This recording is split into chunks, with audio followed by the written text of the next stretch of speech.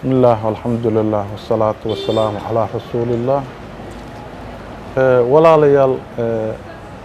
وربضا ميشان ميالو intaas uu idin sheegay Sheekh Xuseen oo rag madaxda ugu sareeyay shirkadda kamida ayaan isugu nimid inaan idin tacsiyeyno isna isu tacsiyeyno kaligiin idin tacsiyeymayno isma siino adinka iyo annaga dadkiinuna waa naga dhintay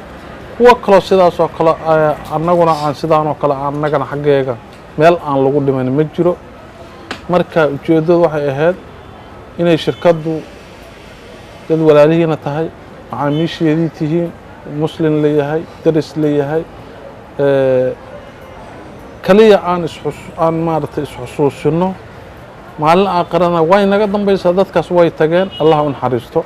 annaguna waa ka daba tegaynaa meeshay mareenna waan ogeyn annagu ma ujeeda bal aan dib inta isu egnan idhaahno warwaatanoo waa laysu yimide maxaa naga horeeya waa inaan idhaahnaa marka yaa ayuha aladiina aamanuu waltandur maa qadama liqadin waxa aa hormarsatay fiiri gadaal waxaasaan ka soo samaysan doonaa ma taalle waxaa taalla waxaa hormarsatay fiiri marka walaalayaalo waa idinla xanuunsanaynaa aniga hadda idinla jooga nin adeerkeeon aad u jeclaayaa meeshaas dad badanoon qaraabanahaa ku dhintay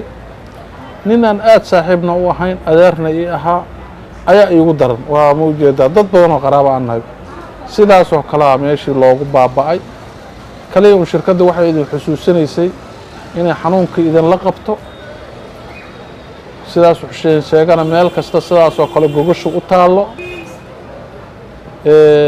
إن شاء الله أنا إذن ولا حنون صدقنا هدي حنون كلامنا تابتو أنت أنا يكون يروح وي قرنا حصول شنو وأون إنتاس